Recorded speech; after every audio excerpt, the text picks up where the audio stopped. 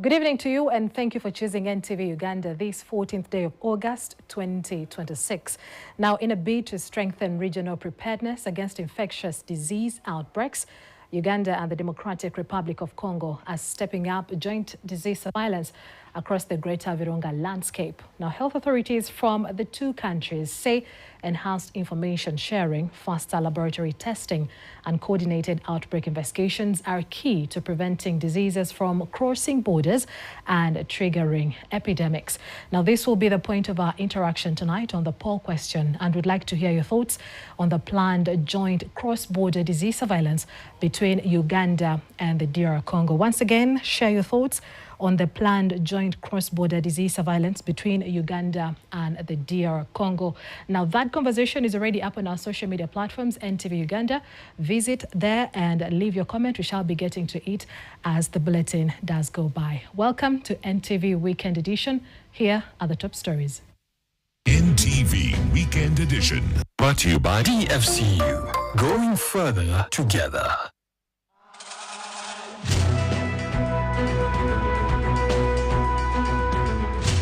Tonight, this landscape as a surveillance zone where they collaborate, where they coordinate. Following the recent outbreak of Ebola in eastern DR Congo, Uganda and neighboring country are stepping up cross-border disease surveillance in the Greater Virunga landscape as health authorities warn that infectious diseases do not respect political boundaries. Disease does not respect political boundaries. Wherever there are people, wherever there are animals. Our case is already in Banjul.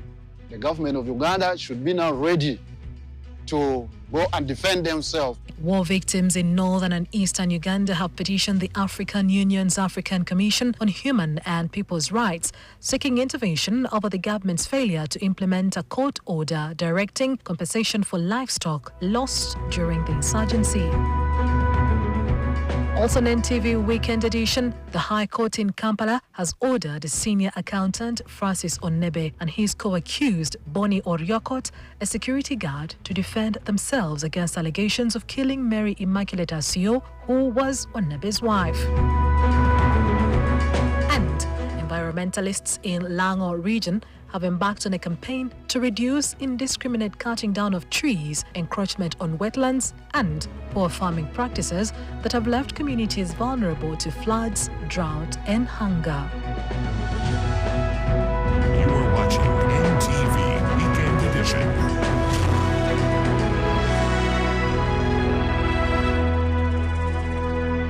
DFCU.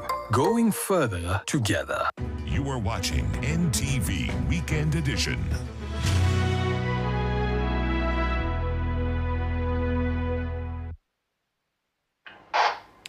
Welcome once again, Mildred Pedun, together with Maureen Nambalira on sign language.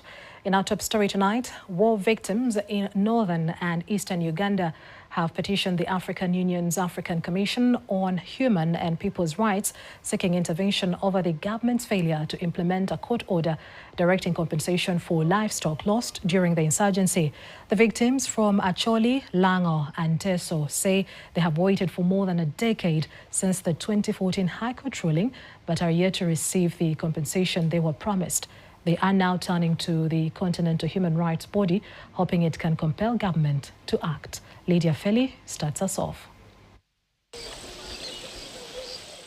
For years, communities in northern Uganda lived through a war that left thousands dead, millions displaced, and livelihoods destroyed. The conflict began after the National Resistance Army, led by Yoweri Museveni, took power in 1986. Several armed groups emerged in the north and east to fight the new government before the Lord's Resistance Army, led by Joseph Kony, became the most permanent rebel group in northern Uganda. The LRA carried out attacks on communities, abducted civilians, recruited children, and destroyed property, while government forces were also accused of committing atrocities against civilians. The conflict went on for close to 2 decades, forcing more than 2 million people into internally displaced people's camps and leaving many families without their livestock and other property. Decades after the guns went silent, some of the victims are demanding compensation for what they lost. A group of war victims and their representatives have now taken the matter to the African Commission on Human and People's Rights, hoping the continental body can help push the Ugandan government to implement a court order on compensation. We took a bold position on the 24th of June 2026. We summoned the African Union, African Commissions on Humans and People's Rights, which is in Banjul. Our case is already in Banjul. The government of Uganda should be now ready to go and defend themselves before the African court. The matter goes back to 2014 when the High Court ordered the government to compensate war victims for livestock and other property they lost during the insurgency. In Lango alone, more than 63,000 claimants were still waiting for compensation years after the ruling. The victims say more than 10 years later, the court order has not been fully implemented. They say they have gone from one government office to another looking for answers, but with little success. It is this frustration, they say, that has pushed them to seek help from the African Commission on Human and People's Rights. We tried in this book, when you see numbers of documents we have put here. We have put numbers of documents here, seeking the attention to meet His Excellency. There was a lot of hope for people to get animals, but all of a sudden, the hope died. And misery came on so many people. Many elderly mothers and fathers and grandfathers have died when they have not got their animals, including my father. We suffered a lot after our cattle were taken and we remained just poor. Yet the government of Uganda is the one to take care of us. And we are not supposed to handle the guns, but these people came with the guns. How could we defend our cattle? The issue of compensation for people who lost their cattle during the war also featured prominently in the recent presidential campaigns, with candidates promising to address the grievances of war victims. And I want to tell you that every 5 years, Museveni comes here promising you cows. That man is a liar. That man is a liar. Don't listen to him. Museveni wants to, if what he's saying is true, I want you to tell him to bring the cows before the election. Of course, there was a campaign for no cow, no vote that we initiated in Teso. It resonated with the people of Acholi, and the people of Lango, and also to a certain extent the people of Sebei and Bugisu. And so, instead of compensating for lost cattle, the head of state promised 5 cows per household. Also, what they should do is that they should get all the families. So at what rate are they compensating? The government, however, says it has already started addressing some of these losses through a program commonly referred to as restocking. In the last financial year, the government set aside 18 billion shillings for the program. It was very difficult to determine the price per area. You know, they vary per district, but cabinet decided we shall buy 5 animals. We shall give 5 million for them to buy five cows. The government has decided to continue in the line of restocking. And so I think there has to be a distinction between restocking and compensation. Compensation is paying for what was actually taken away. And in the case of Teso, it's way beyond 1 million cows that were taken away at the time. 7.5 million times 1 million families. That's 7.5 trillion. I'm getting it, but you're bringing 80 billion. So what are you doing? This is just lying the people of Uganda. But the war victims say the restocking program is not the same as compensation ordered by the court. They argue that those who went to court should not have their claims treated as part of a separate government program. This morning, the group took their complaint to the Office of the Attorney General, demanding to know what government is doing to implement the 2014 court ruling. But they say the response they received has not given them much hope. So today, our coming here, we thought it wise. Before we submit all this thing, we better seek the government again to hear from them. What are they saying for this vulnerable community which is on the ground? But to my disappointment, so briefed with the commissioner in the Office of the Attorney General, I was trying to discourage. First of all, I was saying, we need to seek the attention of the president first before we run. Why do we go up to Banjul?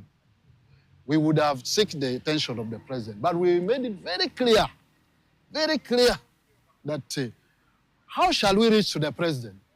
We also tried to follow up on a document submitted to the Attorney General's office. Our team went to the Justice and Law Order Sector offices, where several government institutions dealing with legal matters are housed. However, security officers at the entrance denied us access to the offices. Our attempts to reach the Office of the Attorney General by telephone were also unsuccessful. Lydia Feli Akulu, NTV Weekend Edition.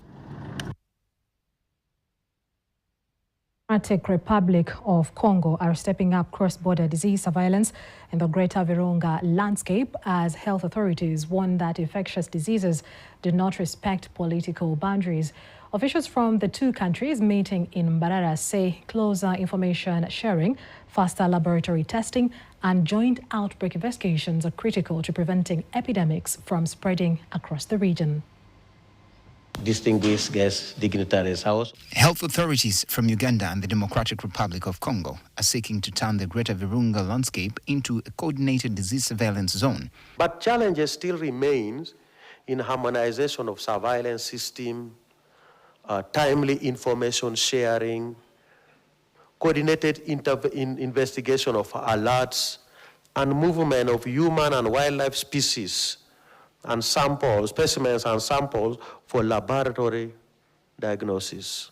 The Greater Virunga landscape covers about 24,000 square kilometers and includes 8 protected areas with great biodiversity. The Executive Secretary of the Greater Virunga Transboundary Collaboration, Dr. Andrew Seguya, says the intense interaction between people, livestock and wildlife combined with high levels of poverty and human movement creates conditions that can allow diseases to emerge and spread rapidly. Total population of communities who are surrounding the 8 national parks is 2 million people, average 450 to 1,000 people per square kilometers. That's the highest anywhere in the world. The region has experienced outbreaks including Ebola, Marburg, anthrax and Rift Valley fever. Dr. Seguya says the continuing threat of Ebola makes stronger surveillance and early detection particularly important. Disease does not respect political boundaries. Wherever there are people, wherever there are animals, wherever there is a good habitat, disease is there. And no single institution, no single district, no single province, or even country can address these threats effectively alone.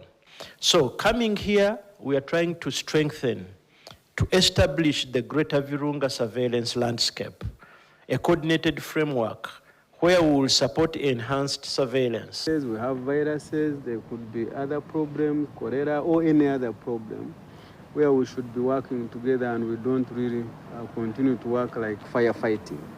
So these are the frameworks we are designing. Through the structures that we have agreed to form, we will be getting this real-time information. The closer structures, the districts and the health zones are going to be engaging on a daily basis.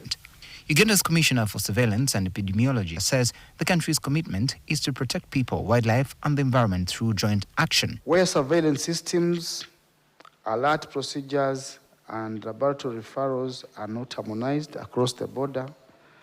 Detection and response are delayed.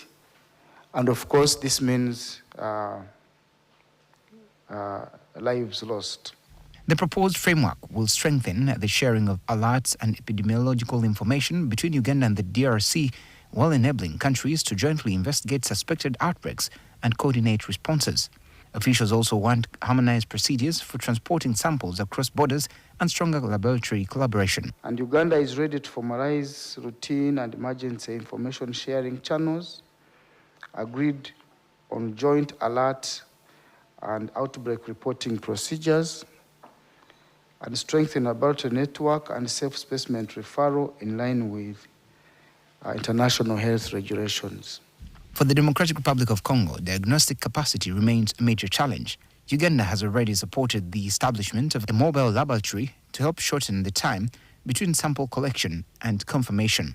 We have set up treatment centers and the laboratories in the DRC to handle cases and support our neighbors. But surveillance is a gap because you need to do preventive measures to stop new infections. Delegates from the Democratic Republic of Congo have also called for surveillance to extend beyond people to domestic and wild animals, including monitoring activities such as bush meat consumption, which can increase the risk of zoonotic disease transmission. Officials say the answer lies in continuous surveillance, stronger diagnostic capacity, and cooperation at community, local, provincial, and national levels. La République démocratique du Congo réaffirme, à travers la province du Nord Kivu, sa disponibilité. Today it's Ebola.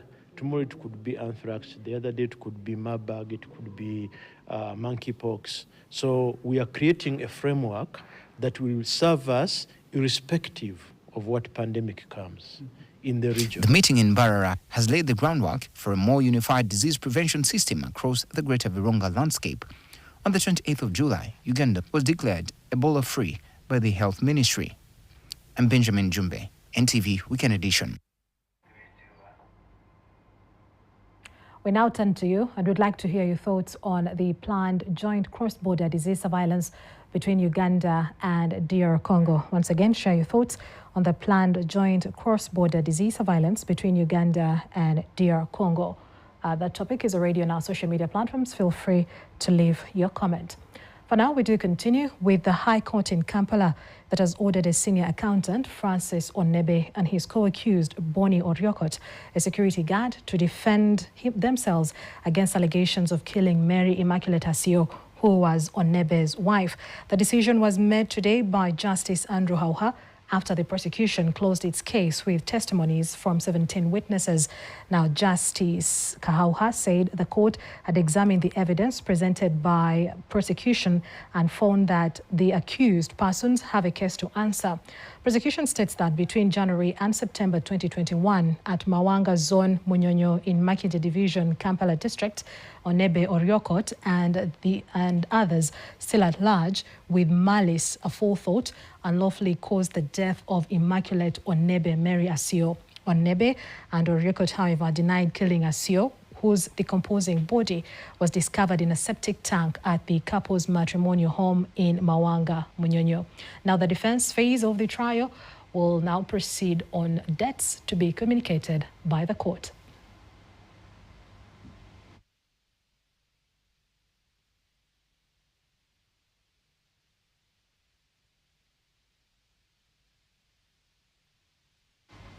We now stop for a break, but here are some of the other stories that you should expect when we return.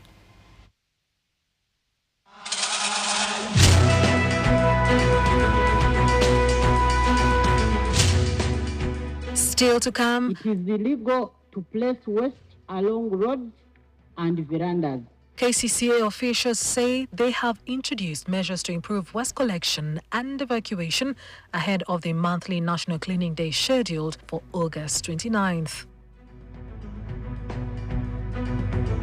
And in sport, it's going to have continental leagues. These are massive, but it will be live streamed. And guess the third one. For the third year running, the Rwenzori Marathon and the Ministry of Foreign Affairs have partnered to market Uganda to the world through sports tourism. NTV Weekend Edition returns shortly.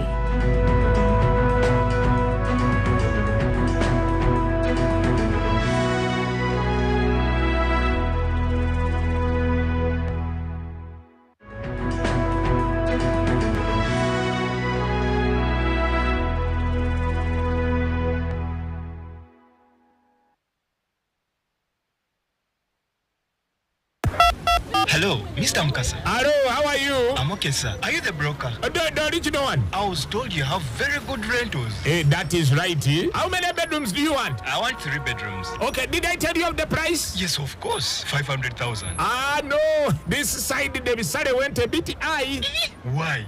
Because the paint we use is of good quality. So the place gained the value. Which paint? Global paint. How? For the ceiling, for us we use Global Mat.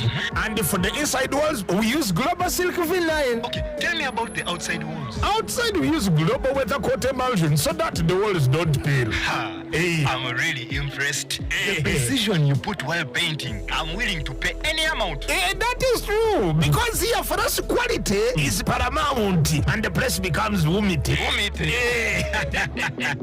Global Paint, a reliable product. Welcome to our new office. This is where the parking is, and then the warehouse front door, here. The reception, here. The lorry's entrance, there. And their exit, there. What is it? So where is the building? Fast, stress-free construction. Get your factory-made buildings in 12 weeks with SafBuild. Order yours now. SafBuild, a quality building solution from Uganda Bati. You are watching NTV Weekend Edition.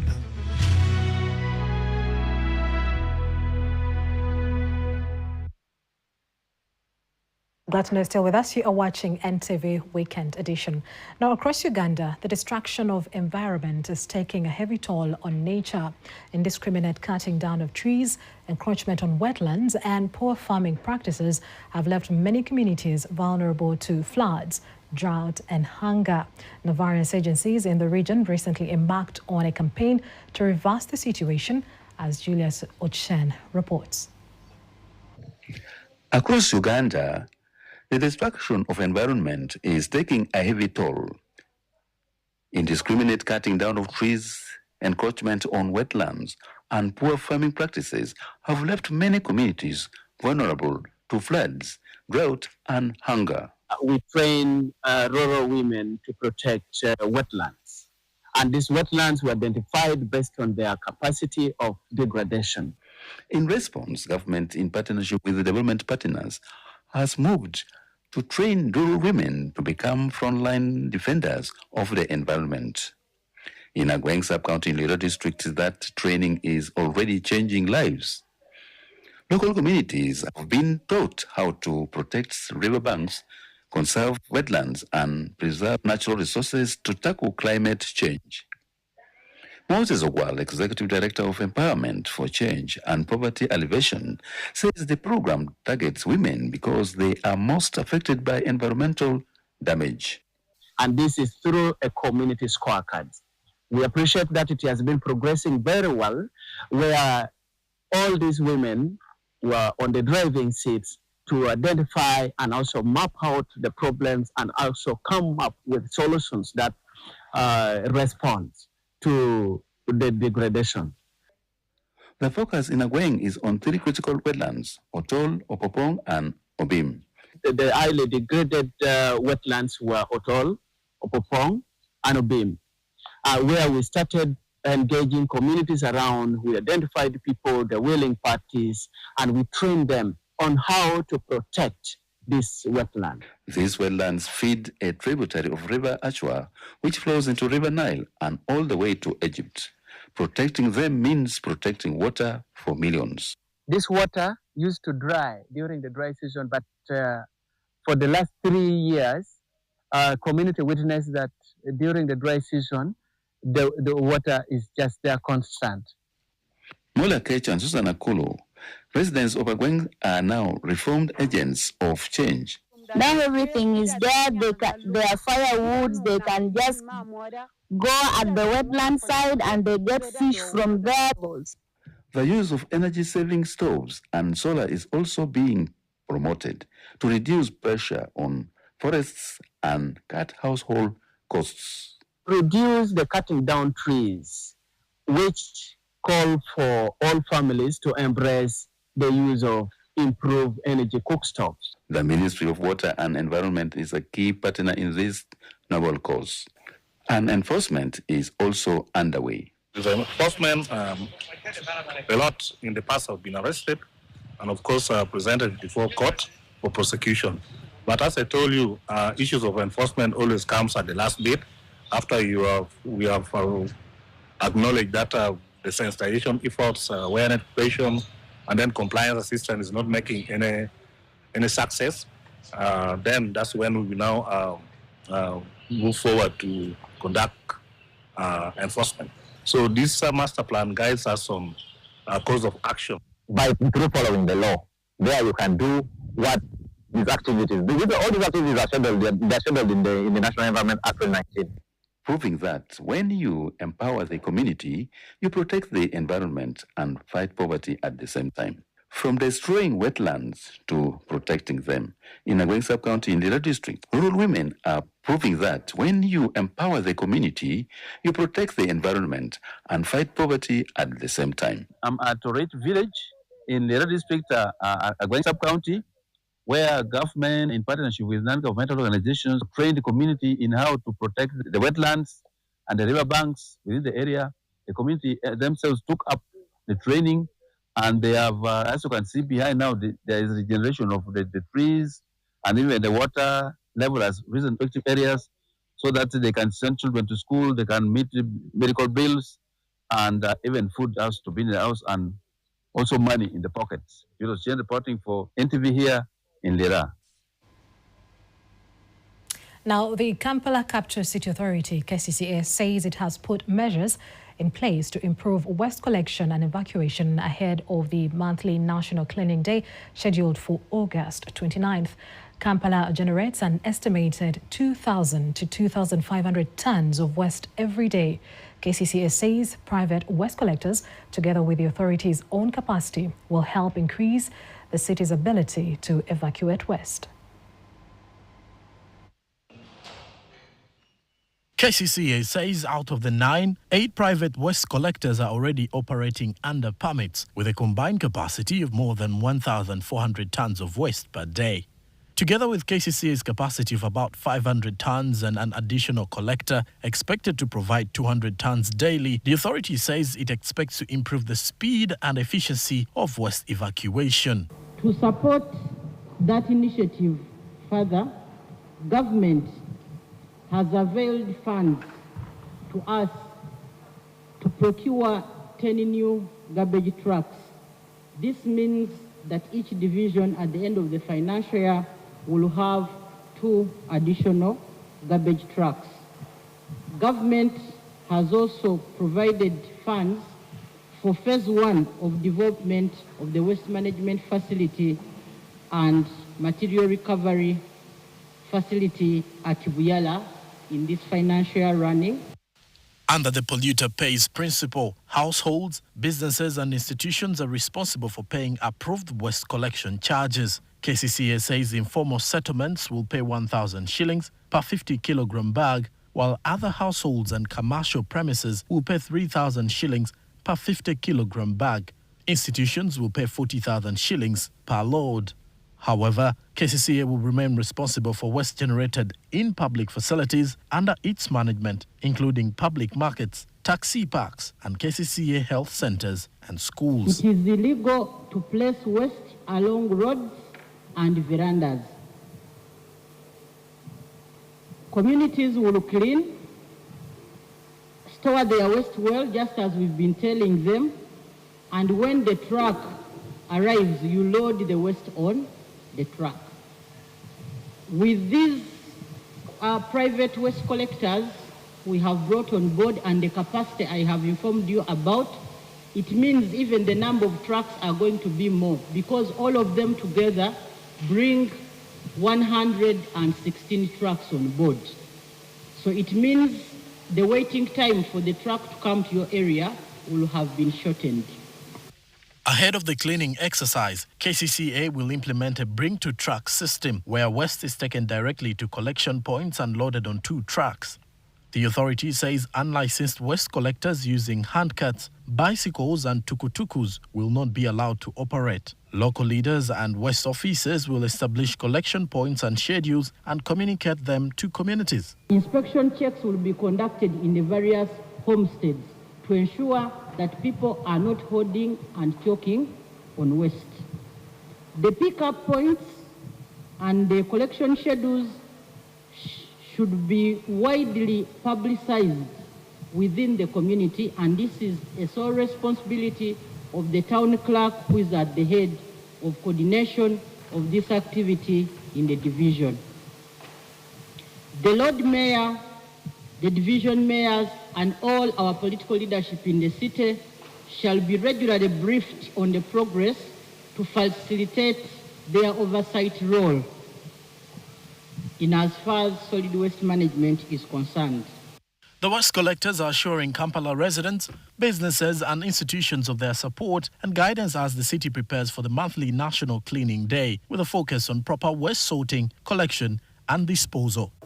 Call upon these people to follow us, to come for some more information on how we can give them some things to use like bins, and also to tell them how they can sort, and maybe at the end of the day they can even generate some income out of their waste. So this initiative, we welcome all the people. Please support it.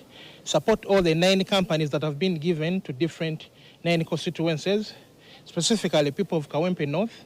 And I call upon all those companies that have been working in Kawempe North, please, you come, we sit, we see how we're going to work and manage this issue so that we can do it once and for all. KCCA will conduct community sensitization on the waste collection procedures from August 19th to 20th, targeting local leaders, health and community workers, security officers and other stakeholders. The National Cleaning Day will take place on August 29th with the aim of reducing illegal dumping, improving sanitation and keeping the city clean. Joram Paul Sonko, NTV Weekend Edition.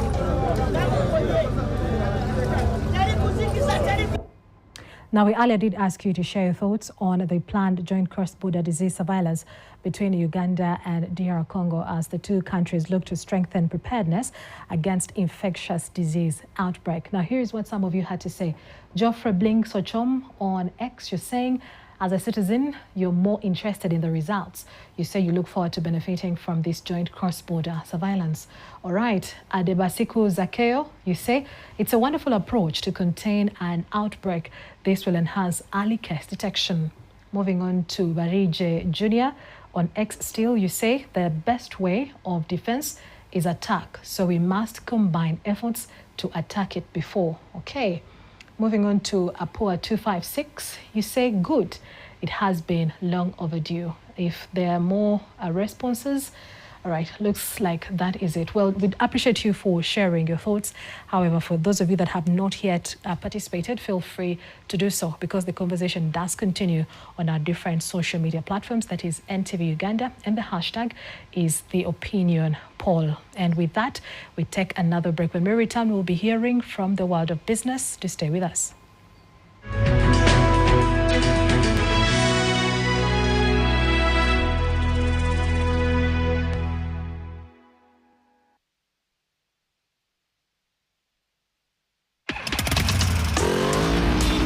Take a look around and you'll see everything can be reimagined. Everything rough can be smooth. Everything old can be fresh. Everything can be made vibrant and full of attitude. The world is what you make it. So why not make it yours? Guinness Smooth. Make it yours. Greatness isn't given, it's earned. It's the result of your mindset. Relentless, focused. So when greatness is within reach, you're ready. Rule your kingdom. You are watching NTV Weekend Edition.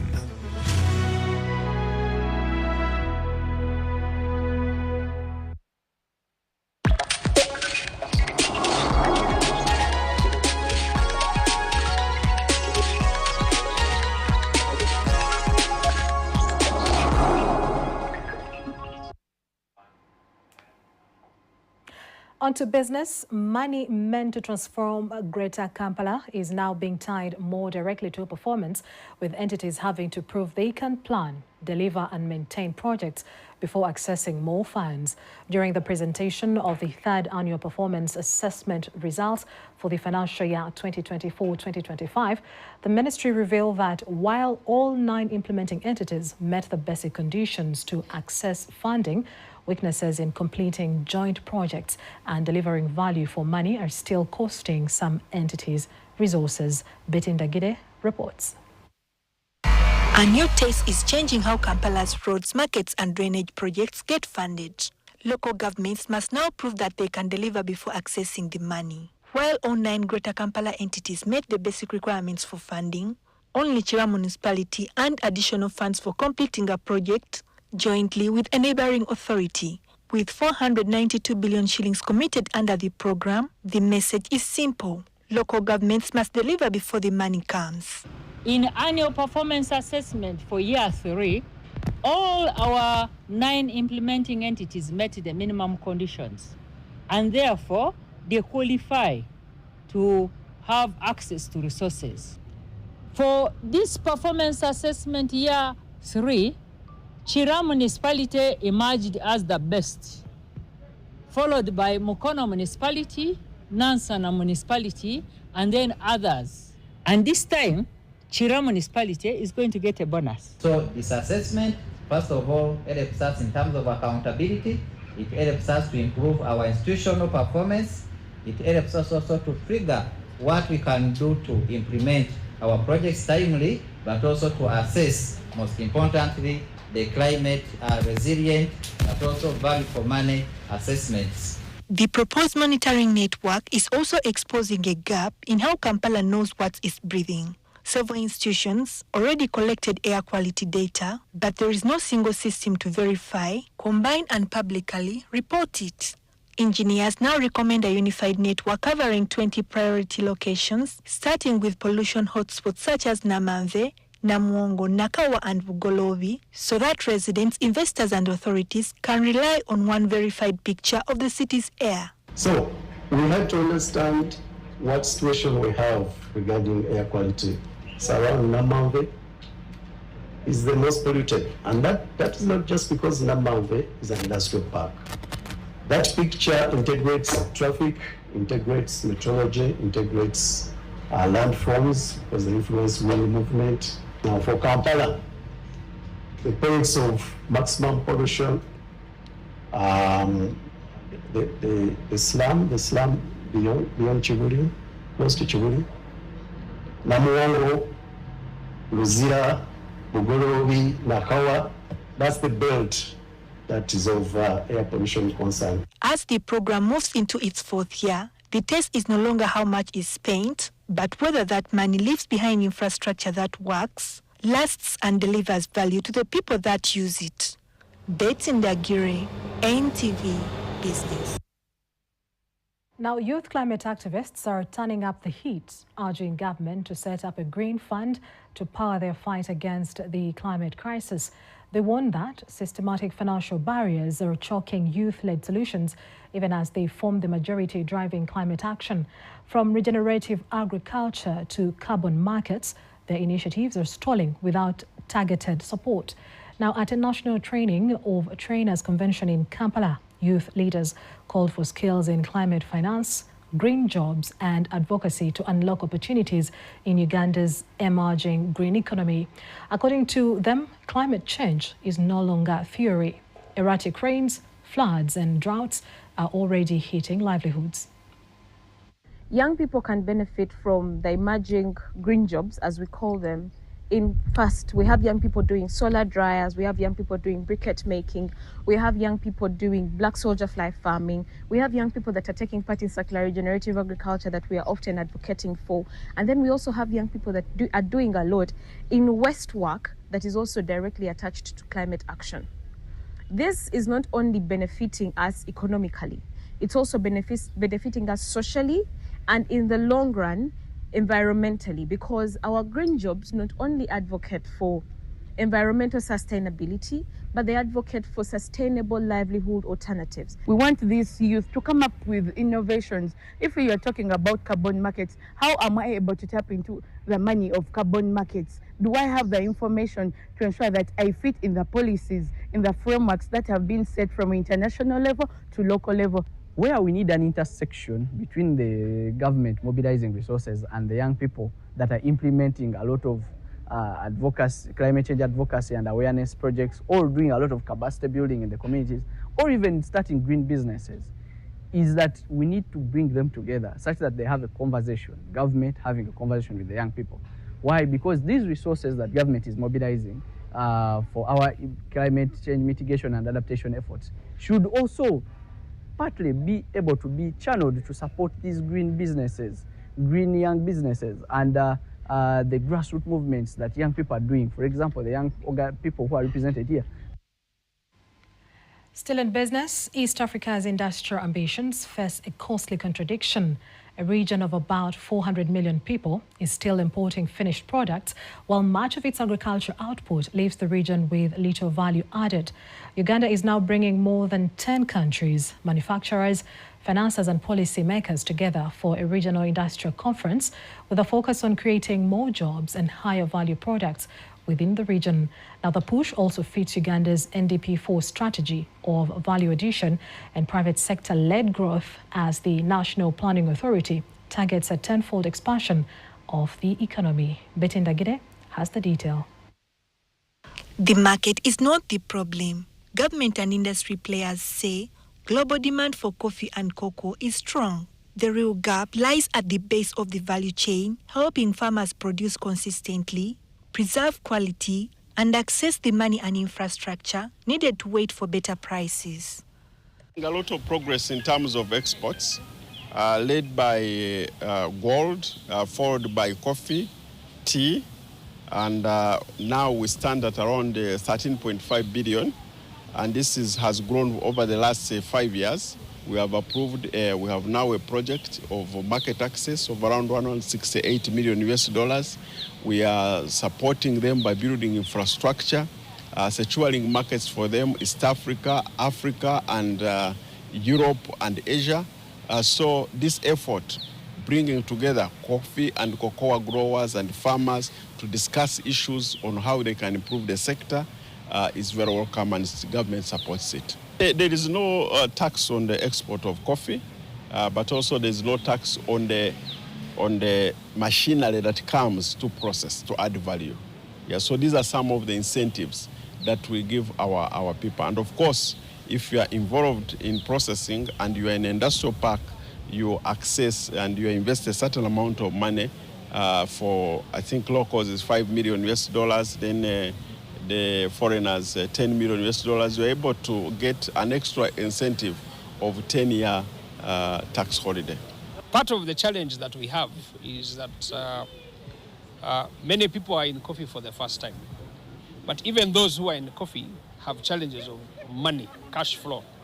So you find that farmers don't have cash between the time they plant and the time they harvest. So many of them, of course, are selling coffee cheaply, but at the same time, they are compromising on the standards. When you sell coffee in a green state, by the time it gets to the final thing, it has lost value. So the value proposition is what we want to look at. For coffee and cocoa, Uganda's next export gain may depend less on finding buyers and more on keeping value at the farm and processing stage, ensuring that wealth generated abroad begins at home. Betty Ndagire for NTV.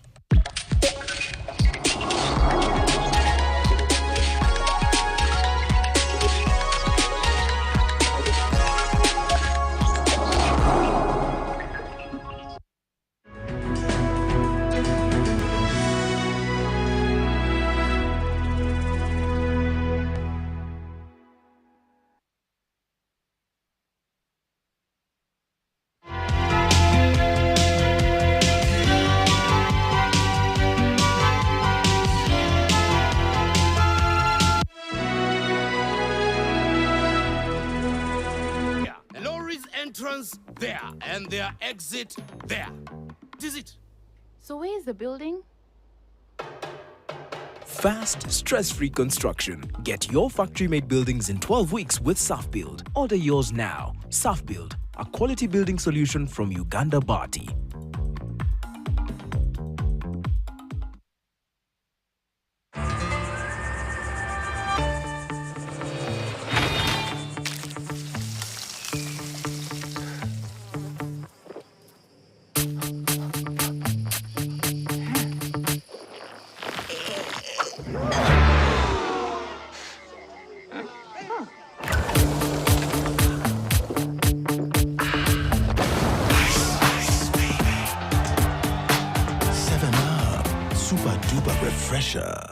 You are watching NTV Weekend Edition.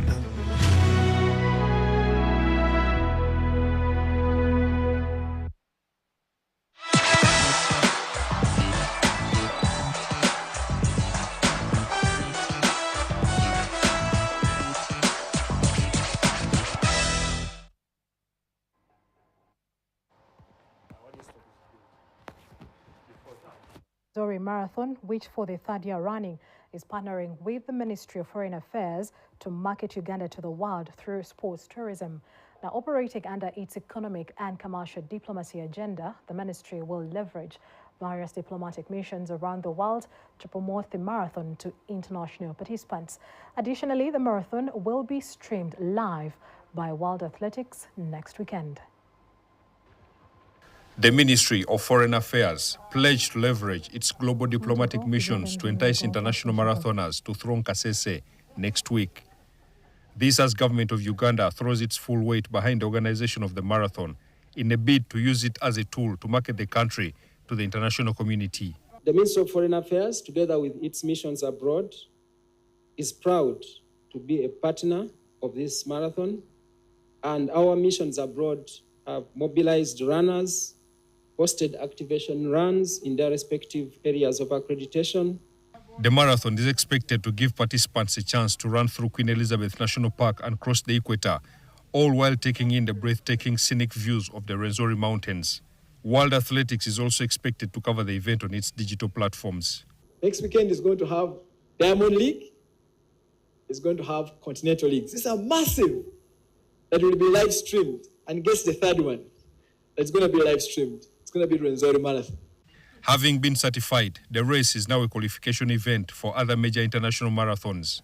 Now a label marathon certified by the World Athletics Federation. For all of you who are going to South Africa for the Comrades, come and qualify.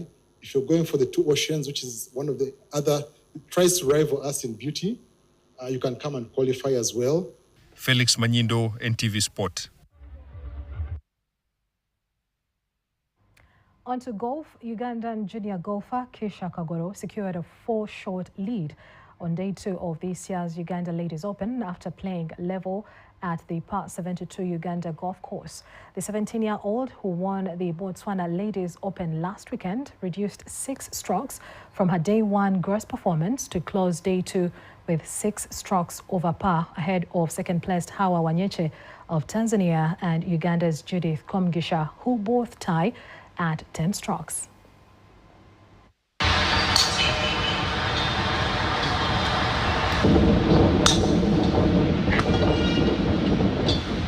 Well, yesterday my first 10 holes were not so great, but I managed to pull it back until hole 18 where I made a mistake. But I took it as a lesson, and going into tomorrow, I'm just trying to do the best I can and do what I can control best and enjoy myself.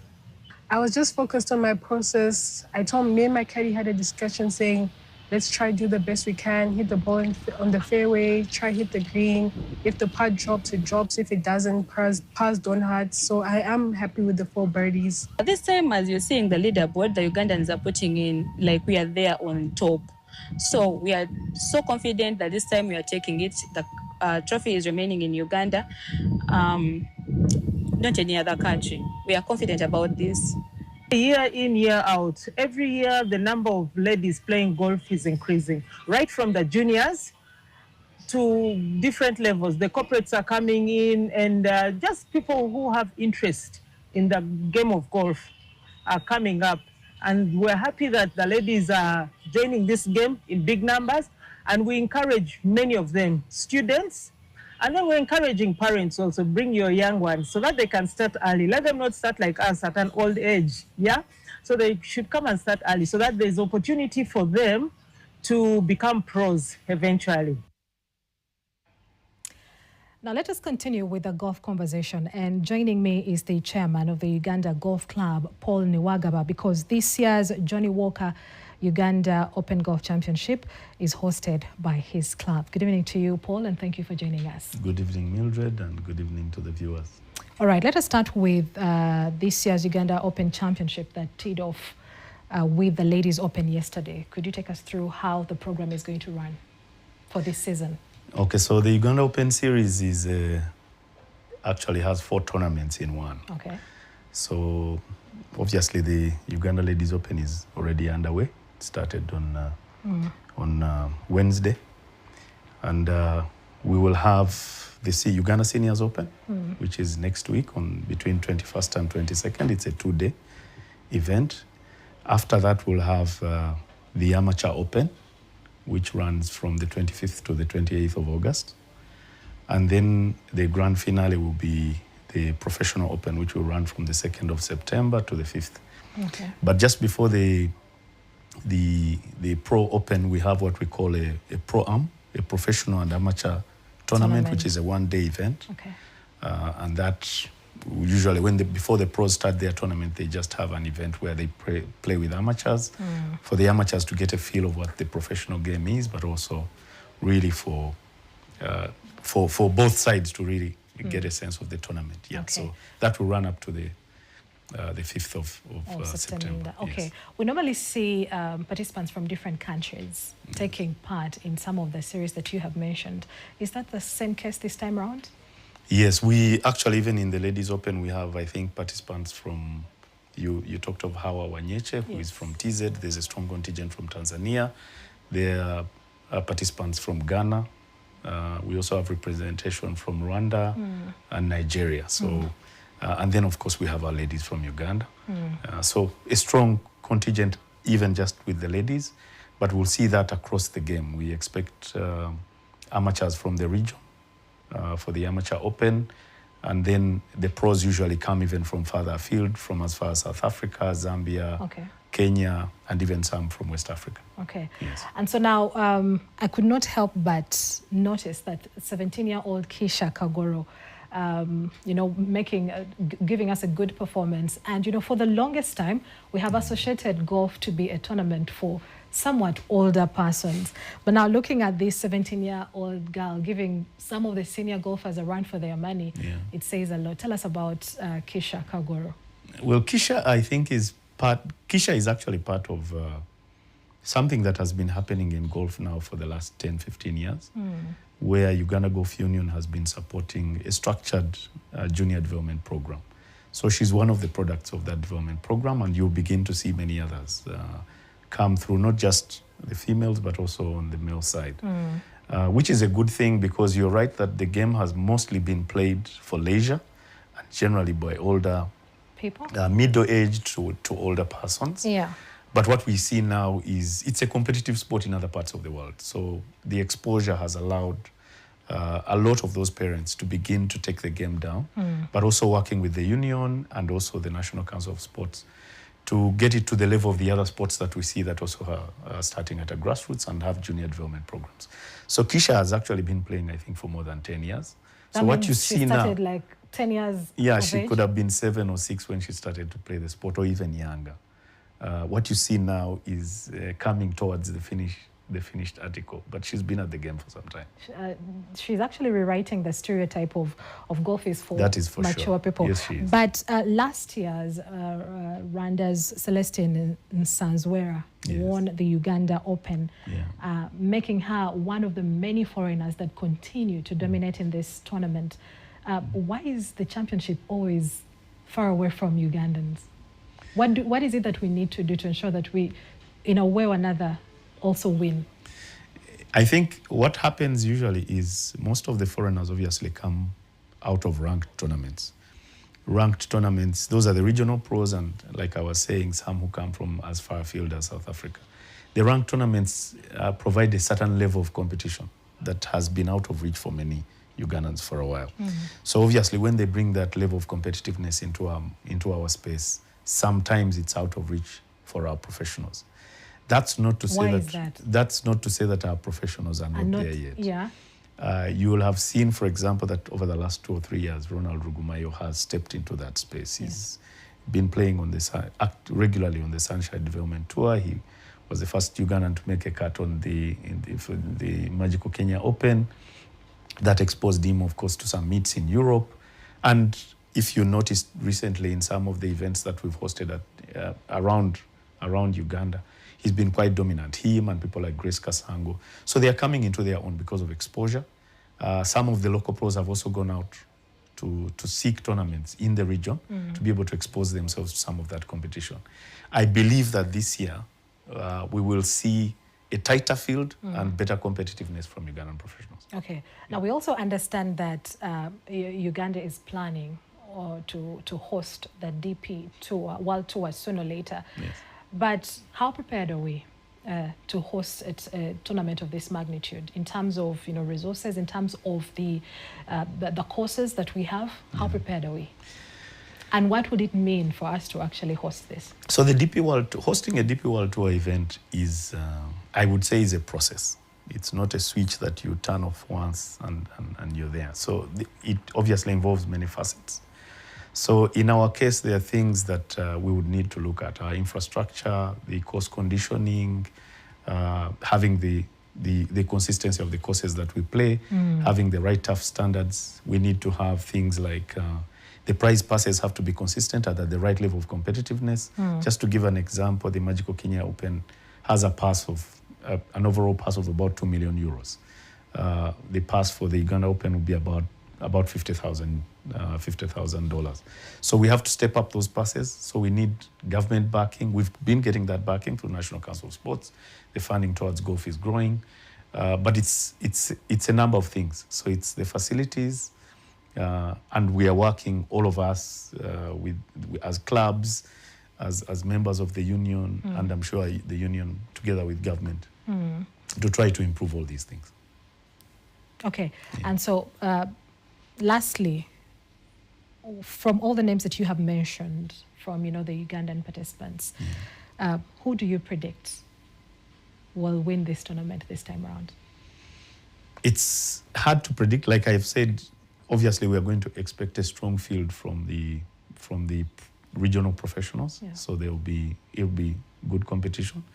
But we've also had a number of competitions that have come recently, which have allowed our pros exposure, not just to the Uganda Golf Club course, but also to other competitions and to the level of competition that we expect for them to find. Okay. So I expect to see people like Ronald Rugumayo really express themselves, given the fact that he's been exposed to the tours that I've been mentioning, but also that he's been playing very well on that course. Okay. People like Grace Kasango as well. I expect people like David Kamlindwa, Marvin Chebirige, and then, of course, the reigning champion, Celestine Sanzuera, will probably come from Rwanda. Okay. I mean, he's the reigning champion. There's no reason why he shouldn't try to defend. And we expect a strong Kenyan contingent, and obviously some pros. People like Jane Moore, I'm sure, will be back as well to try and take part in this year. All right, so lastly... So in terms of an outright prediction, on my money would be on Ronald Rugumayo. If he's not the winner, he would certainly be among the top 3. Okay. Yeah. I'm guessing I'm also putting my money on him. So what will be your closing remarks especially for someone who is trying to understand the golf game? Yeah, so the game is growing. We talked about junior golf, so we are encouraging a lot of people to come into the game. The union is working with schools, it's working with clubs around the country. And there has been, like you said at the start, that there has been this moniker of exclusivity around golf, but which is not the case. I mean, we even have players from clubs where they are really just a modest start. Some of our best golfers have actually come from modest beginnings, and they've made it to the pinnacle. We even have casual conversations of, to the pinnacle of the game. Yes. When we clock 40, we shall start playing golf. I'll give you an example. Just to be a junior member at Uganda Golf Club, for example, is just 2 referees who are golfers, and then 150,000 shillings to join, which I think is not out of reach for many people. So when you see people like Kisha, maybe that's the right inspiration for people who have children who are interested in the game to come and see what it gives them. Okay. Yeah. Well, we do appreciate you, Paul, for joining us. And with that, NTV Weekend Edition comes to an end.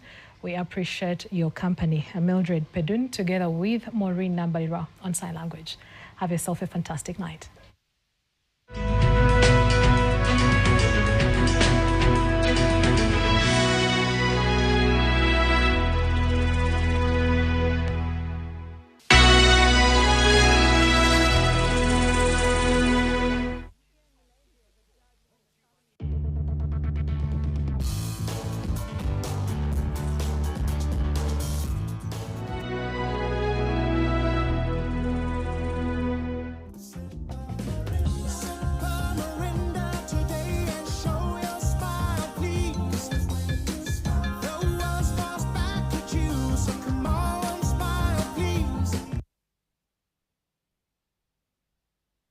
On the next episode is brought